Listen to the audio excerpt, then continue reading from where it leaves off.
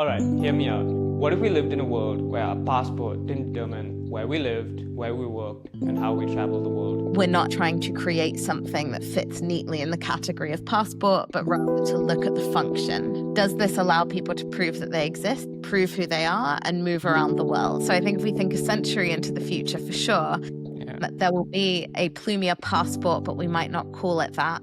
Today, we're joined by Razavi, who's working with governments, the UN, tech companies to rethink how we do global mobility for the 21st century. I just would like to bring about a world in which more people have that opportunity to create the life that they want, wherever they would like to be in the world. This is the Light Forest Podcast.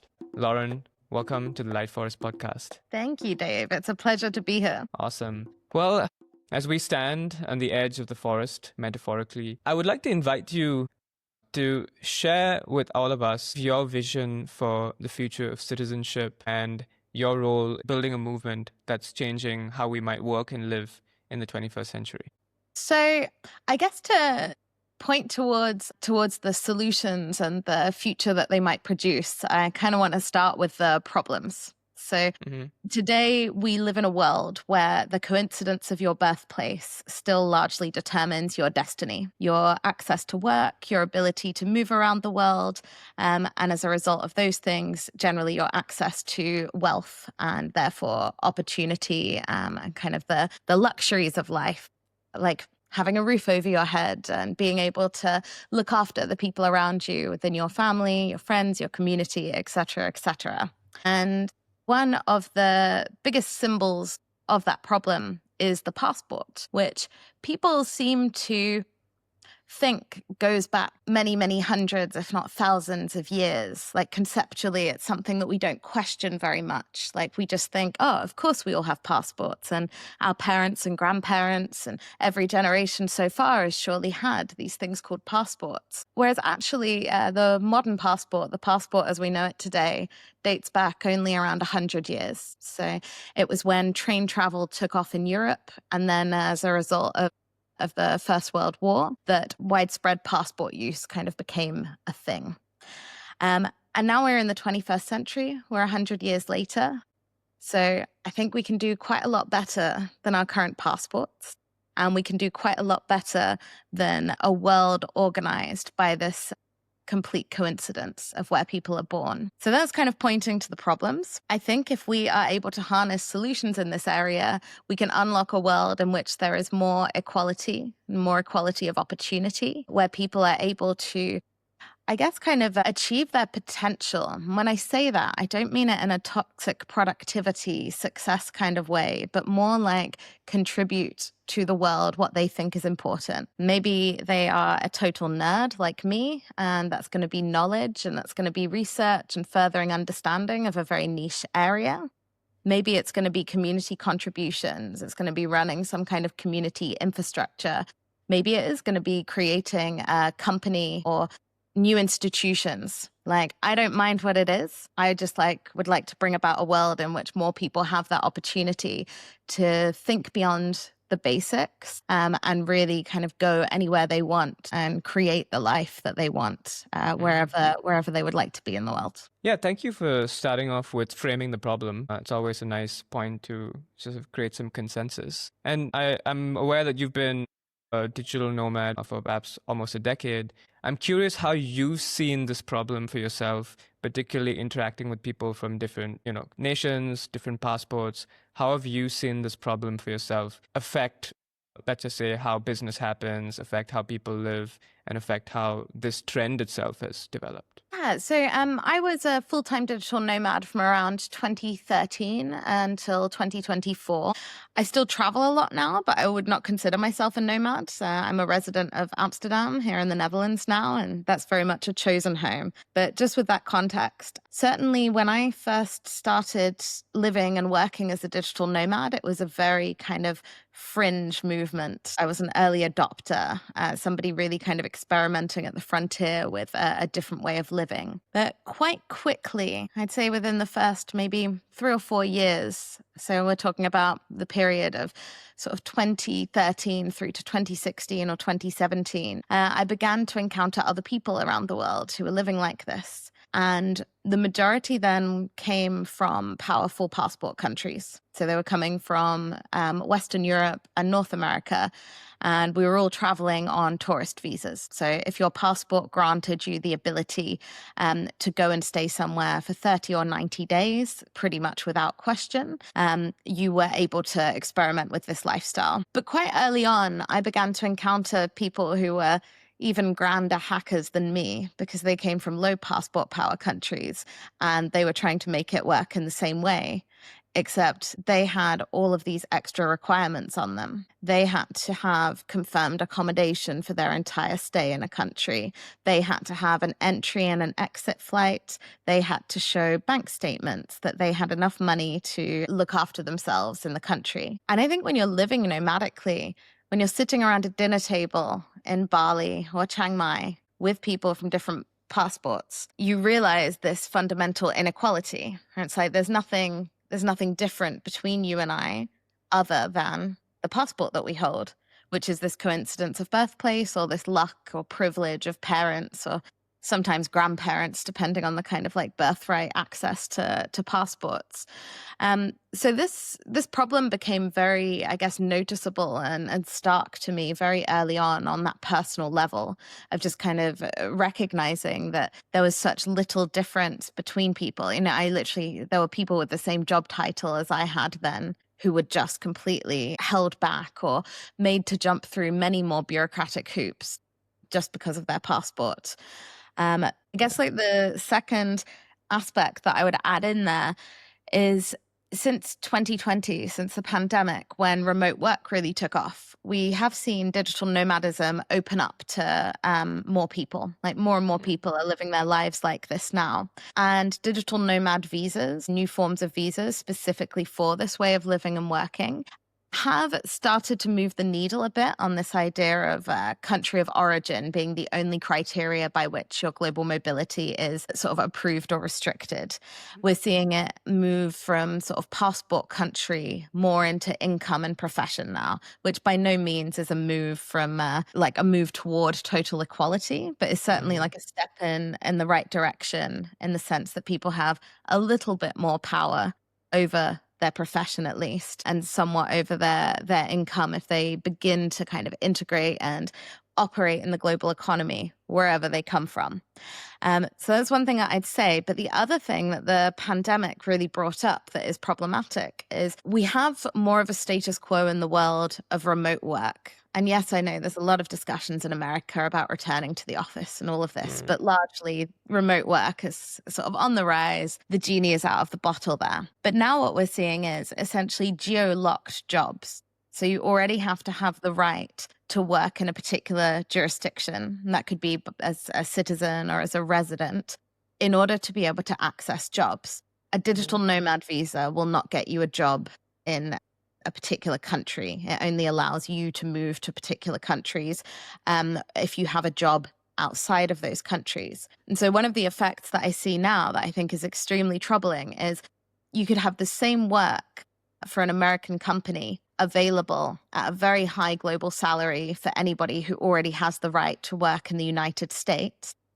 But if you come from, let's say, a country in Latin America, the only way you would be able to access that kind of work would likely be through a third party, so through some kind of intermediary company that a US company has outsourced jobs or work to. And essentially you then have this new layer of inequality in the world where it's like, okay, so you could be doing exactly the same job. You could have exactly the same kind of job title, responsibilities, but purely based on whether you have global mobility rights, the right to work in a particular jurisdiction might mean that you are making a third of what somebody in the United States or in a European country would make for that same work. I see that more and more. And one of the difficulties, I suppose, that that companies have is the kind of like bureaucratic aspects. So the kind of government rules around how they can employ and interact with people in different countries around the world. There's a growing industry for sort of intermediary companies that are not necessarily outsourced work, but instead employer of record services. So essentially companies like Deal and Oyster and Remote.com that will allow American companies, for example, to employ people anywhere in the world in a compliant way. But this is all just kind of like bubbling up at the moment. And I think companies are stressed about it, governments are stressed about it. And indeed, people who would just like to be able to work to kind of plug into the global economy are stressed about it as well. So I think that's one of the like more recent effects that we're seeing over the past 5 years. I'm an Indian passport holder, and I have often joked with fellow friends, whether it's Indians or others with similar passports, how we need to put ability to apply for a visa on our CV because it's such a a skill that's needed from all the kinds of steps that we need to dance. What also struck me from hearing you describe these challenges and the way like it's evolving post the pandemic, where on some level digital nomadism has become more accepted and more people want it, but also it's like the old system itself hasn't quite, it's not quite transformed. It's sort of trying to put in band-aids on the top or trying to address it in a way that seems quite superficial. Still trying to make it people compliant to fit within the system, while not really embracing what it really means, where there's like a global economy and a global, labor force, for lack of a better word, where people can interact. So I guess my question then is, how are you starting to address it, whether it's through Plumia or through other ways? Yeah. So, I mean, I think the reality that we live in is that people move faster than systems always, systems kind of emerge as a result of people's behavior and people's actions. And so digital nomads have been around for actually a very long time now. It goes back to kind of Tim Ferriss and the 4-hour work week back in the early 2000s that this concept kind of came about. I think it's quite unsurprising that institutions and even companies to an extent are still catching up with that reality, because things start as subcultures, as fringe movements, and then they enter the mainstream. And I think it would have taken a significantly longer time for digital nomadism and remote work to enter the mainstream if it hadn't have been for the pandemic. We now live in a world where that aspect has been accelerated. But I think one of the lessons from the kind of world of cryptocurrency is that it's very well to build new systems, but actually those systems, if they don't have bridges to what exists today, to the current status quo, they just get co-opted by it. It's like when cryptocurrency first came about, when Bitcoin first came about, and we had blockchain technologies and such, this was peer-to-peer.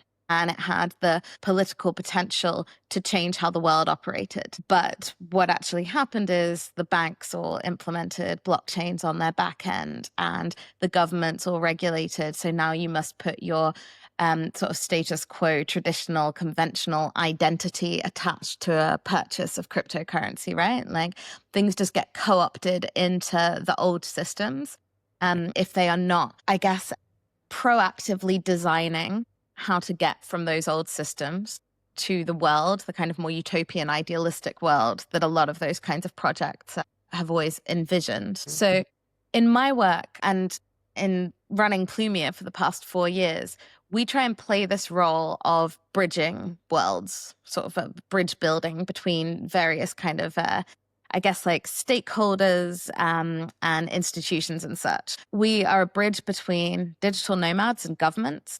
So this year I spoke at the UN on nomad visas, and we collaborate quite closely with a number of governments around the world to help shape their digital nomad policies. One of the quirky things about the digital nomad visas that launched in the immediate wake of the pandemic is that many of them were created without anybody ever speaking to a digital nomad. And so there's some patching work to do on that front now.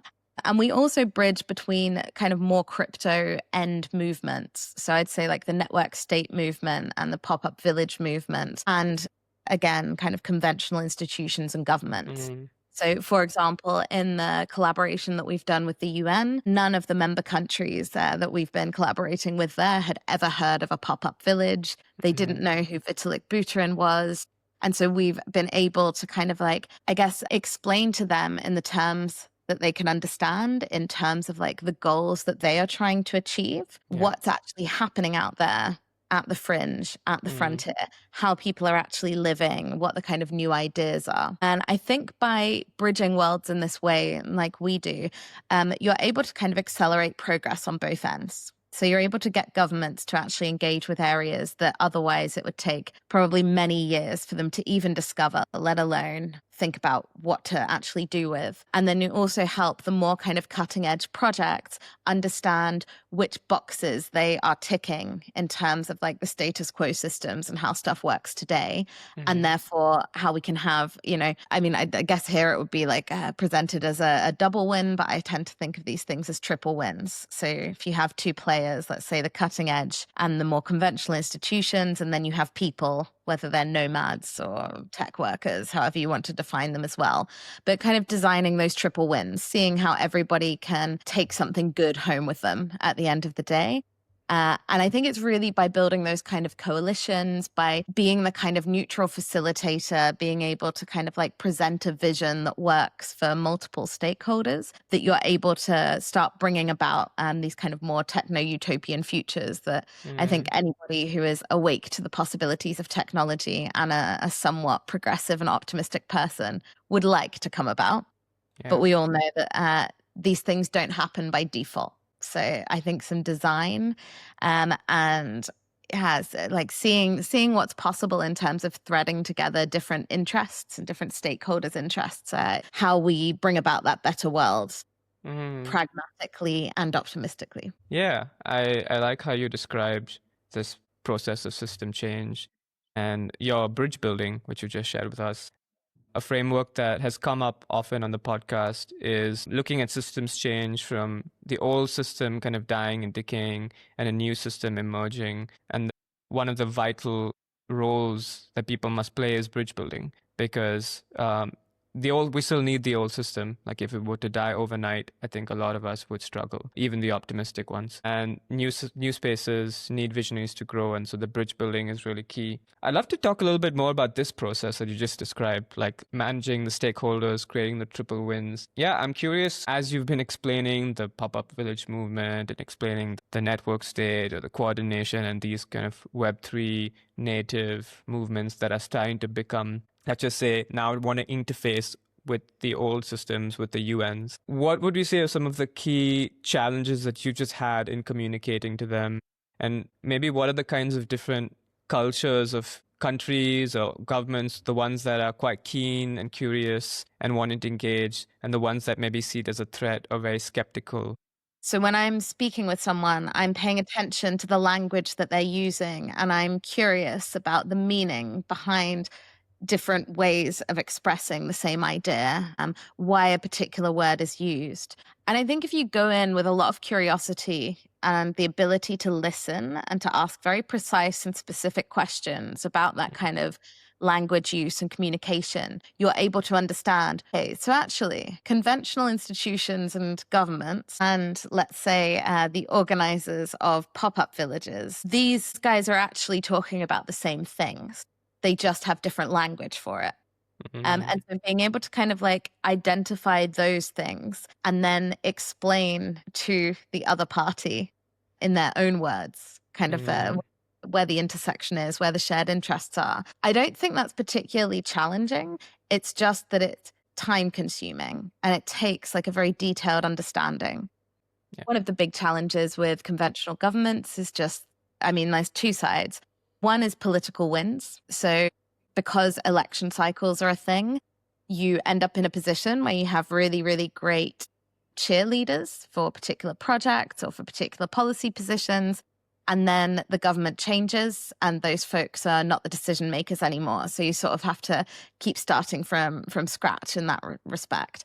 And the other thing is just how long it takes to get legislative, like legal changes to happen in different parts of the world. So, you might have everybody who needs to be convinced, completely convinced, and everybody is on board and aligned. But then when you actually try and make things happen, there is just like a very long, like sometimes years long process to actually like put things into practice.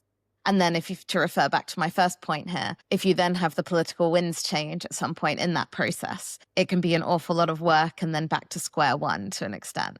So that can be very, very challenging. I think also on the more cutting edge end of things, and when I talk about cutting edge, I do mean network states, pop-up villages, the kind of, I guess, crypto and Web3 end of things. But I would also say that startups and the kind of venture capital backed company scene is also more cutting edge compared to the conventional institutions.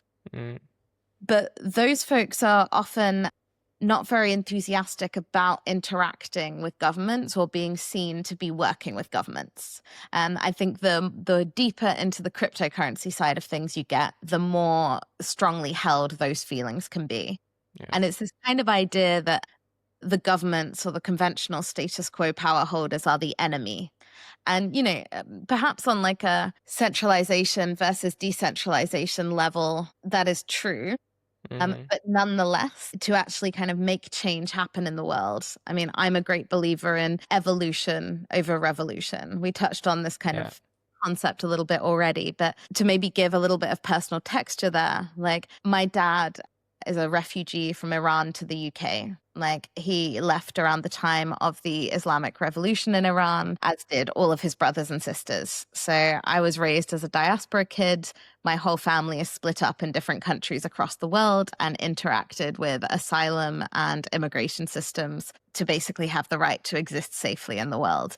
Yeah. But when you have that kind of intergenerational inheritance, you really do understand what a revolution does in a different way than a lot of these folks who are very excited about the idea of overthrowing the current like currency systems in the world or the US government, like whatever it is they want to overthrow. They're very excited as if suddenly we just do that and then everything is working in a peer-to-peer crypto-backed kind of way and everyone's getting along great and it's like peaceful anarchy instead of the current like status quo institutions. Now, Iran is one example, but there are many others. We know that what happens when you overthrow a status quo system with no clear alternative to take over that system, there is a power vacuum, and that power vacuum tends to get filled with very unsavory characters who are not good for the people of the ruled territory, nor for the international relations of that community or that jurisdiction. Yeah. And so I'm a very firm believer in this bridge building, as I've said, and the idea of evolution over revolution, or maybe it's evolution as a pathway to revolution. But I think that's a very important point, and one that I end up in a lot of very interesting conversations with folks who are part of that space, who kind of come in, going, oh, you're working with governments. I'm very disapproving, let me argue with you about this. And then I kind of ask, what is the alternative here? Like what happens?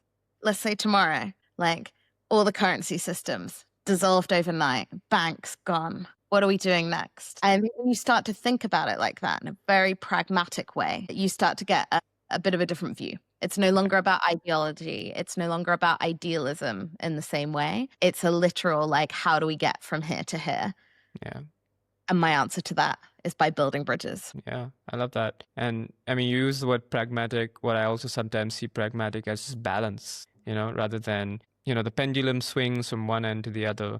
And, oftentimes we just constantly stuck between course correcting versus finding a more balanced approach. And yeah, I think that the evolution over revolution is something that I think also animates my journey with Light Forest. I have a background in international relations, and certainly there's this feeling that we oftentimes replace the old regime with the new regime, but they're different in form but similar in function. And there's a lot of, I don't want to be in the nation until it's my nation, and then then I'm happy with the nation. Krishnamurti also brought this up very clearly, that we need an evolution, and he often talked about it as an evolution in the way we relate as people. And that's something that also often I sometimes struggle with when I think of Web3 and I think of these new technologies, because they offer us so much. But sometimes I'm a bit cautious because some of the people involved in building it are themselves, let's just say, still running on these old loops of anger, of fear, just extractive mindsets.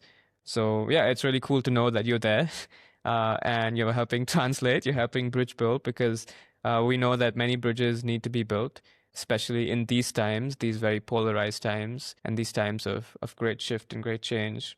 I'm curious, is there a way where you might classify the types of countries that are interested and that feel like this is an opportunity, this is something that they see that they want to really participate in and co-create? I guess like I'll just preface my own feeling is that often it's the large countries, India, China, the US, these big countries that are the most averse. But it's like there are certain maybe mid-range entrepreneurial sort of sizes. I'm curious what's been your experience with that? Yeah, so I mean, I would say that like the countries that are most interested in digital nomads and kind of the more frontier side of things are what I call like the underdog nations. So I thought you might have a nice word for it. I'm a words person. But yeah, I don't know. Like I'm a British passport holder. I grew up, spent most of my childhood in the UK. And it's especially since Brexit, it's a very strong sense in a country like Britain that we're past its best days. It's like a descending country, right? I have friends from sub-Saharan Africa, and they come from countries that are very much like ascending countries.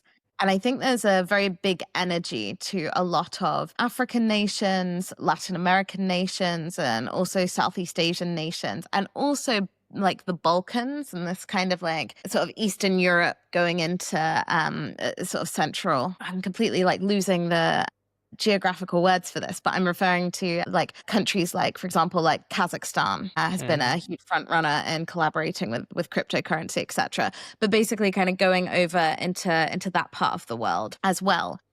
There's a lot of like ascending countries where there's a lot of ambition. There's a lot of like things are very good for our generation versus previous generations. So what are we going to do with all this opportunity?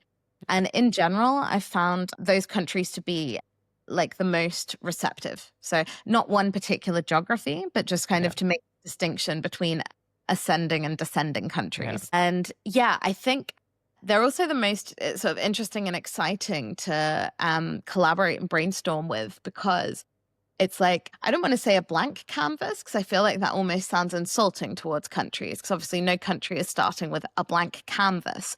But there's certainly an open-mindedness. There's like not this sense of, but we do things like this because that's how we've always done it, which certainly when you're dealing with like European Union countries or some of the more kind of like powerful and large countries like the United States, there can be that sense of just, I guess it would be a kind of like a stagnation or a complacency in what's come before.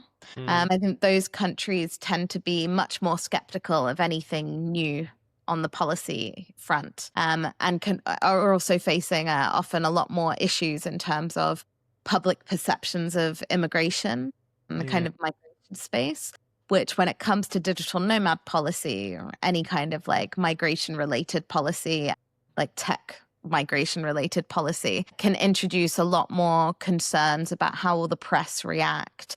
Can our political party be seen to support something like this? Those kinds of concerns. Whereas I think in a lot of the ascending countries, it's much more of a sense of like, this could be really great for our country. And so it's a bit less like partisan and a bit more like, what is our big picture vision as a country in the 21st century? So I hope that addresses some of your question. Obviously, it's like difficult to talk about any specific countries, but to kind of paint a picture and make a distinction between, I guess, the two types of country that I see. Yeah, I like descending and ascending, and certainly I get a feeling living in Thailand, for instance, that there's a sense that they want to take advantage of this trend, that they see it as a net positive for Thailand, but they maybe sometimes, as you say, struggle with actually speaking to digital nomads or speaking to these kinds of people to shape their policy. So maybe we can then move on to talk a little bit about what you're building. When we say passport, we think of a book in our hands. Perhaps that's not what it looks like, or that's not what you imagine when you think about it. But you're building a document, an identity that will help people travel and work in different jurisdictions, in different parts of the world. Yeah, tell me a little bit more about it, what it looks like, how it might tackle some of the problems you just shared with us. Yeah, so I guess maybe to answer that question or kind of talk about that area, I have to give a little bit of a a history of Plumia, of the organization that I run. So way back in 2020, Sondre Rash, who is CEO of a company called Safety Wing, he put out a kind of call to about 20 people on the internet who were people very active in the remote work and digital nomad space. And he invited them to a call. I was one of them. And he said, so our big picture vision at Safety Wing is to build a country on the internet, and we think you should be involved. And from that conversation, I mean, I was very interested in that as a concept because I'm a political scientist by background, but I've always been kind of a renegade political scientist in the sense that I've always been very interested in technology and its applications, which if you work in conventional governments and policy circles and even conventional media, certainly in my day, was very like controversial. So I kind of never fitted in anywhere. And this idea of a country on the internet seemed to tick all of the boxes of all the weird kind of intellectual curiosities that I had held for a long time. So I became very, very involved in what I guess like started out as just a Discord server. So Plumia, the organization that I run today, began as a Discord server. Like Nepal's new government. Oh, yes, indeed. And I became very, very active in the community there. So I think there are a few hundred of us just like having conversations in the evenings, you know, like about how one would go about building a country on the internet. In the meantime, Safety Wing were kind of trying to figure out like what they were doing with Plumia because they sort of had brought these people together and there were good interest levels. And I was being really annoying and being like, come on, what are you doing with this? This is great. Let's like do something. And it ended up for about a year. No, it was less than a year. I think it was maybe like six or 8 months. I ended up interviewing an expert every week to a live audience of maybe 30, 40 Plumia community members about the concept of building a country on the internet. So we had authors, we had government people, we had cryptography experts, we had international arbitration experts, like this whole cast of kind of colorful characters kind of coming through the door. And I became quite a known face of Plumia, just in the sense that like I was the one talking to these people every week. My background is also as a journalist, so I was like quite experienced at interviewing people. And so I guess like Plumia began to occupy like quite a big part of my life already. And I was also writing a book at the time, so I was writing Global Natives. It was just kind of these intersections of the ideas that I was most interested in and working on, all this kind of knowledge that I was building. And so eventually Sondre said to me, look, your book has done a great job of articulating problems. We think you should join the company, come and build Plumia and start working on solutions. And that was an offer too good to refuse. Like I was like, yes, that is what I would like to do. So I began leading Plumia as a project. And I sort of reflect on that period now in an interesting way because it was a bit of a self-selection process, you know, like I was sort of already doing the job. And then Safety Wing and Sondre were like, okay, we should probably pay you to actually do the job now, which is perhaps not the conventional way that things happen, but it's kind of rock and roll when I look back on it now. From there, I had to basically figure out what we were going to do with all of this energy. And Plumia went through I guess like a variety of different forms. And even today it does different activities, which I guess could put it in different categories of thing, of like organization or entity. But very briefly, it's a nonprofit network. It's a network and kind of an innovation studio. And we have, I guess, 3 ongoing things that we're doing all the time. One is the Borderless newsletter. So we write to 75,000 people every week about the kind of latest stuff that is going on in the world of digital nomads, third culture kids, expats, some network state kind of stuff in there. It's just for internet nerds like us, really. But me and my team produce that newsletter every week. And then we also have an annual summit in Essaouira, Morocco. So it's called Plumia Connect. We started that 2 years ago. This year was the 2nd edition. We'll have the 3rd edition next year. And it's an invitation-only summit. And we basically bring together researchers, policymakers, founders, investors, everyone kind of involved in the experimental migration and global mobility space and bring them together for a series of talks, panels, workshops, roundtables to kind of be able to push the space forward and make sure that there's a forum in which nomads and global citizens can actually be speaking to governments and company leaders and such. So really trying to bring folks together. I guess you could also call that a bridge building project. I was floating in my mind. And then we also have just launched this year the Plumia Fellowship. So we basically open up. We've just opened up one round so far, but the intention is to open up multiple rounds next year and then sort of continue and kind of grow the fellowship to become bigger and bigger. But we essentially open up to public applications for folks to work on short-term projects for around 3 months in spaces like writing, research, art, music that relate to this concept of building a country on the internet and kind of what the future of citizenship, migration, borders could look like. So those are kind of the 3 ongoing things that we do. We're very much, I guess, like a network, again, bridge builders focused on these areas of citizenship, migration, and borders. And then we have like some other projects that I guess come up in a bit more of an ad hoc fashion. So we're doing a big collaboration in November 2025 with Edge City in Patagonia. So we're running a 1-month residency called the Citizenship Protocols Residency. Our in-joke, me and Chance and Sam Chua, who perhaps you know as well, as part of the Southeast Asian kind of intellectual scene. Our joke is that it's CPR because the concept of citizenship does indeed need some kind of defibrillation. I can't say that word. But yeah, we're running a month-long residency as part of Edge City in Patagonia and really delving into the future of citizenship. From that month-long residency, we will be creating a white paper with details TBC. We're doing it in a sprint format as part of the residency with all the folks who are going to kind of be around and involved with the residency. We'll have a chance to contribute to that. And then that's going to be a co-publication with Edge and some other collaborators and partners. And we suspect that's probably going to be around passport privilege. So that's going to kind of be the theme or focus of that white paper. And then I would be remiss to not mention that we launched like last year, the first version, this year, the kind of updated version of a policy standard and policy paper for digital nomad visas. So basically a vision for how countries can work together on digital nomad visas so that instead of nomads having to apply to many different countries for individual visas, they can instead apply for sort of a digital nomad status, a kind of pass, so that they're able to access multiple countries from one application.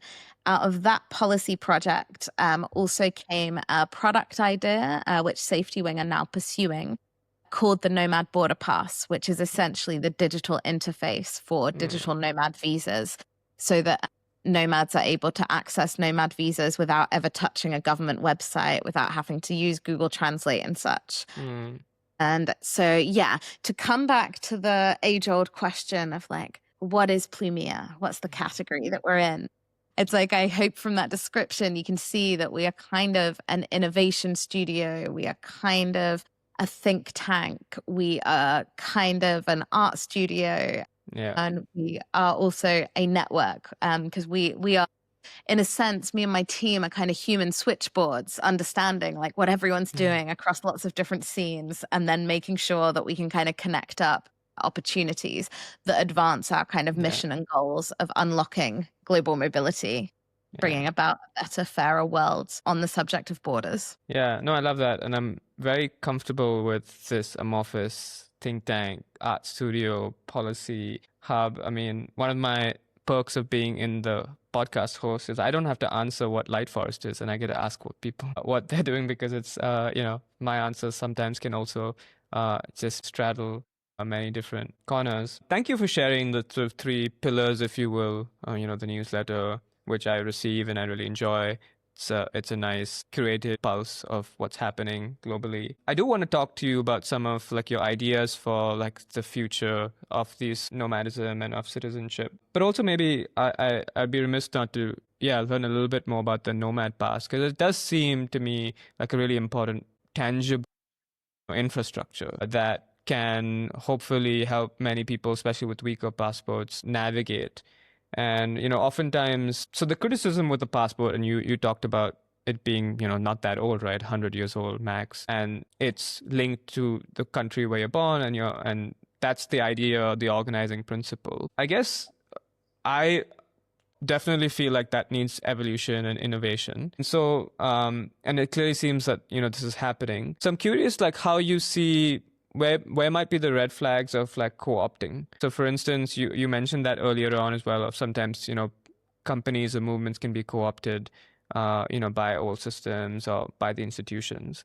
And here at Light Forest, I'm like definitely always trying to keep my eyes open to that tendency in that trend. Noting that oftentimes, birthplace can be one limitation, but also socioeconomic status can be another one. And perhaps in our times of, extremely globalized sort of neoliberal visions where everything's a marketplace, this idea that then you're, determined, like a Singapore might be just based on like the income you make, and that's where they sort of rate you as the kinds of person that they would want in their country. Because I think it becomes an identity, even if that's not what it's called. I think, it becomes an important identity. We hold many identities, and they may not be explicitly called that help and give us access. Yeah, I'm curious what that looks like for you. Yeah, so like I guess kind of the place to start with that is when I first started running Plumia, one of the ideas that was going around the safety wing team was, couldn't we offer a Nomad passport if we just partner with some small Caribbean island that's willing to kind of like give out passports? Like a lot of them do that already.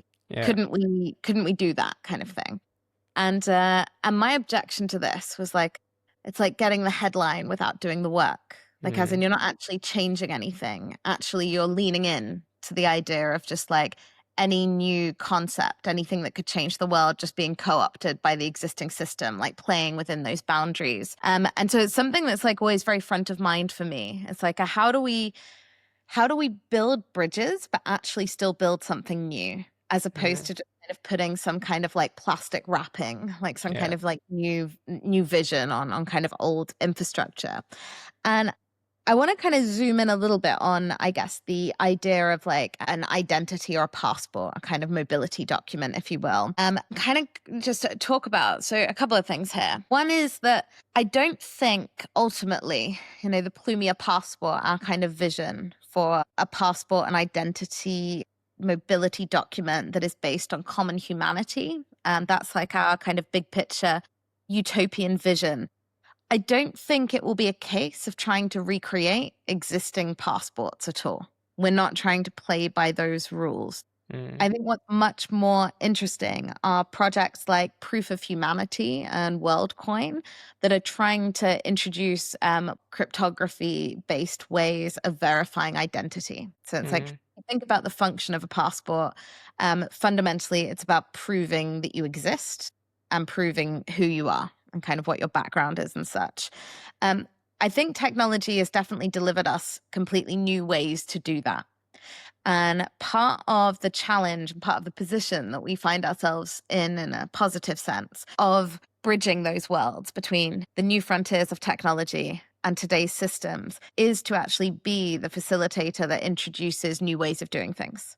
So I suspect that we will partner and collaborate with technology providers, technology companies that are building some of that infrastructure, and that we will also collaborate with governments to get it accepted. And that at the intersection of those collaborations will come the Plumia passport.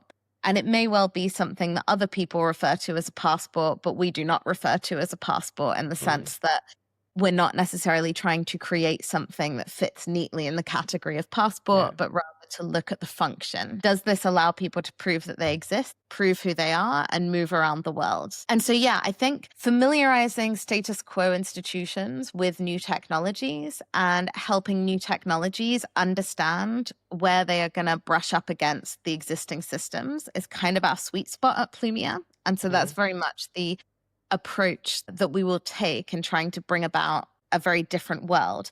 But to also speak to your point of, I guess, the socioeconomic part, I mention WorldCoin because they are working on this kind of identity and proof of existence protocol side of things. But of course, the other thing that project is working on is a universal basic income. And I think that will become increasingly necessary. People talk about it already a lot in relation to AI.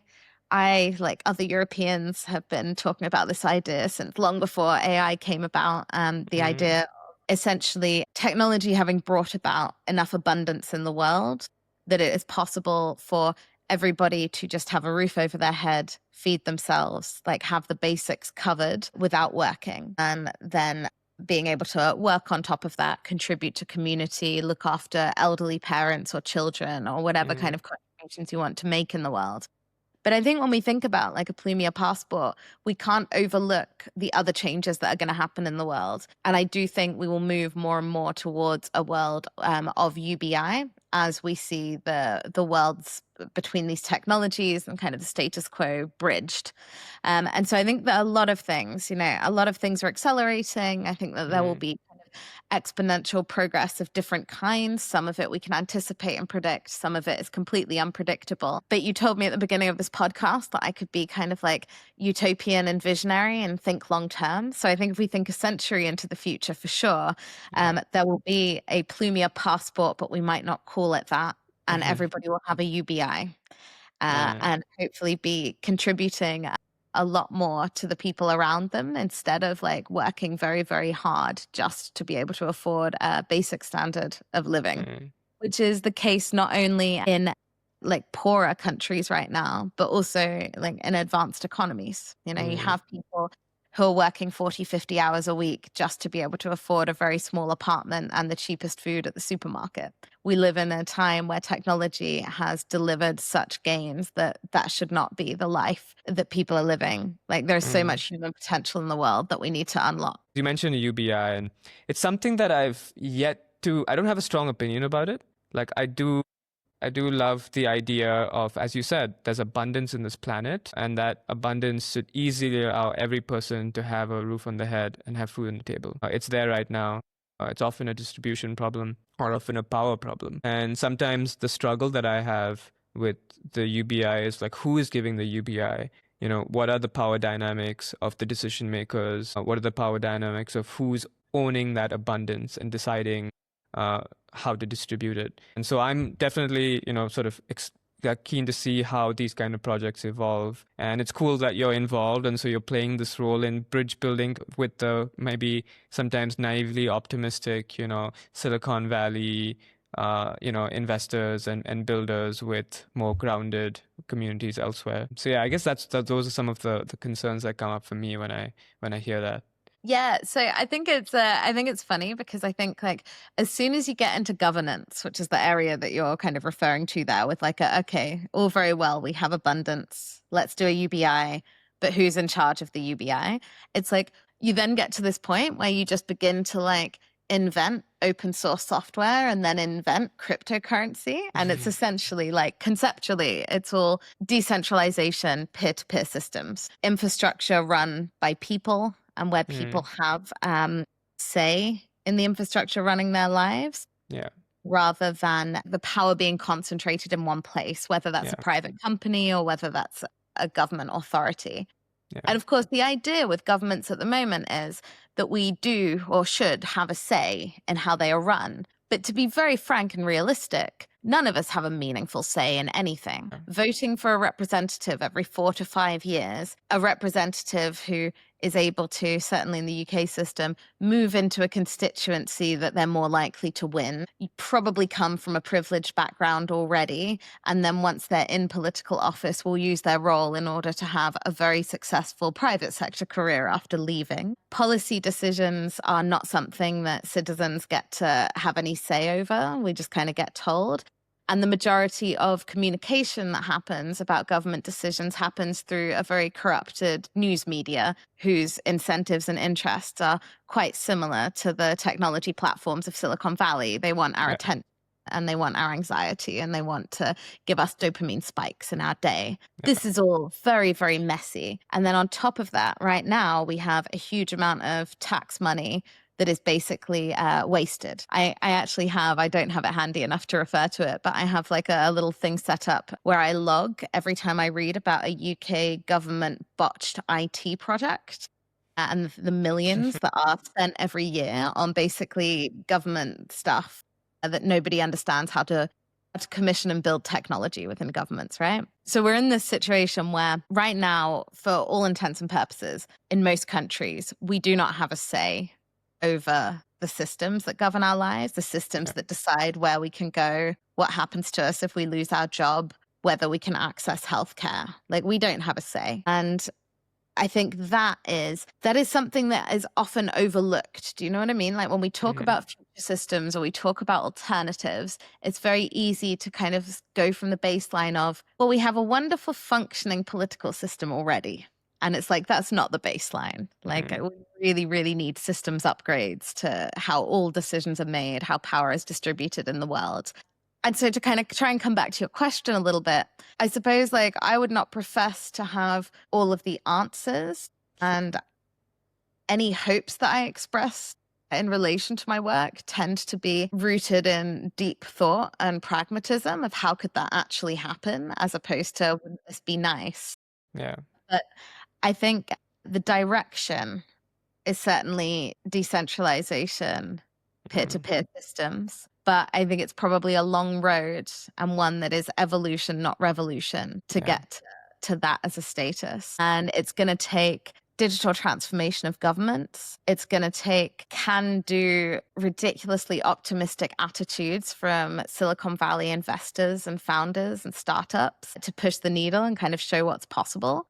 And then it's going to take people actually engaging with things and kind of voting with their time and energy and attention to an extent. And that could be getting involved on a very like local community level. I mean, like, I very much believe that a dinner party is a political act. If you're having the right conversations around a dinner table, that can be the smallest unit of a political movement, of a community, of sort of change making in the world.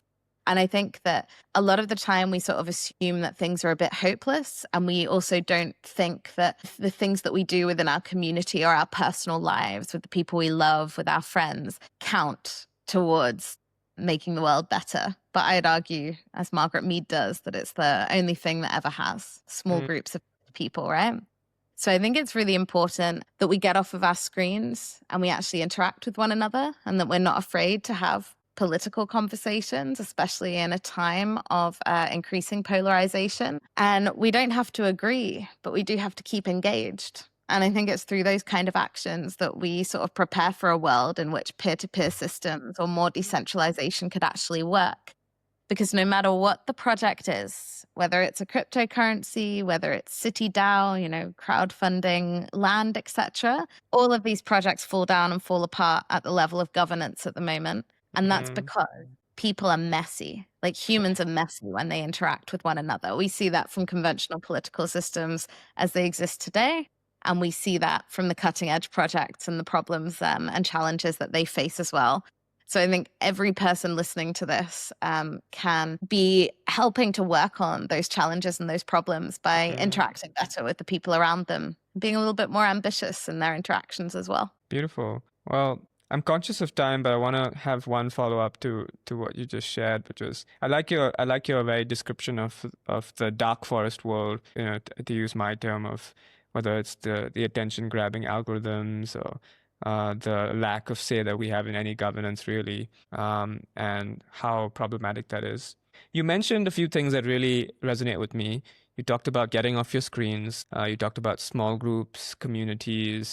You referenced that earlier on in the conversation as well as being like that sort of starting point of us starting to organize, to act, to shift, to evolve, perhaps, rather than react. Like, I think when I see you talk about the digital nation or talking about building a nation on the internet, there's still like this linked to the ground, right? Linked to people. And somehow, yeah, I guess like the picture that I sometimes am trying to imagine is like where we're both like in the cloud, but also deeply grounded. One of the speakers I had on my podcast before, Michelle Bowens, he talks about Cosmo Local, and he's also part of the network nations and the sort of network state conversation. And his critique is digital nomads need to go from being nowheres where they're just exiting the system and arbitraging their way around the world to actually everywheres where they can actually contribute to this peer-to-peer form of governance, because governance is hard and it's challenging. And if we want to be the creators of these new communities, then we need to get into that muck of governance. I think maybe one thing to add there, and I'm probably going to make a bit of a hash of TLDRing this, but you're probably familiar already with Albert Hirschman and his concept of voice and exit, popularized somewhat by Balaji Srinivasan and the Network States kind of book that he wrote. But it's kind of this idea that, like, if you're faced with a bad political system, you either stay in it and you use your voice to try and change things, or you exit it and you go and find somewhere else to put your time, attention, money, or whatever. And in the kind of network state circles, there's a lot of talk of this voice and exit kind of paradigm or this kind of choice. And I didn't realize until I actually visited the source material that Albert Hirschman also has another tenet to this, and it's loyalty. So voice, exit, and loyalty. And I think I can't TLDR. I can't quite remember like the specific definition that he gives of that. But directionally, I think it's really about like appreciating that there is more nuance and it's a wider picture than the simple this or that. You either stay and you try and change things from within, or you exit and you just kind of abandon it completely. There's something else there that is about building and is about trying to make things better. Yeah. With the kind of smaller community units that we've been talking about. In the middle path, I like that. I like that thank you for sharing that, because I think perhaps in the conversation we sometimes forget to get into the source material and we sort of lift things off. And the very dualistic left or right, yes or no, is often the problem. Awesome. Well, I see that we're sort of a little bit past the hour. I think just to round it off, I'd love to ask you to share any ways that you would love people to engage with your work, with Plumia. You referenced the fellowship and that you might do more things in the future. What are the ways in which people can engage and grow? Yeah, so I mean, the best way to find out what we're up to at Plumia and hear about our latest opportunities, etc., is to subscribe to Borderless. So that's borderless.substack.com. So we publish a free newsletter every week, and it includes links to the latest stuff happening in the world of digital nomads, third culture, network states, and anything else we think is interesting that's kind of happening on the internet. We have also recently introduced a paid option there. So if you are inspired by the work that we are doing as a nonprofit, you can also kind of pay in and get access to some exciting and interesting member benefits that we're going to be talking a little bit more about in the months to come. And the other immediate thing that I should mention is, if you have interest in joining us in Patagonia in Argentina, Edge City this fall, we will be there from October 18th to November 15th, running the Citizenship Protocols residency. And we would be very, very excited to welcome folks who are interested in this area of the future of citizenship, migration, and borders to come and basically learn and explore with us, and then participate in the creation of this white paper about passport privilege that I mentioned earlier. That you can find info about that also in the Borderless newsletter. So come check us out there, and you can hit reply on any of our emails to get in touch with me and the team. Awesome.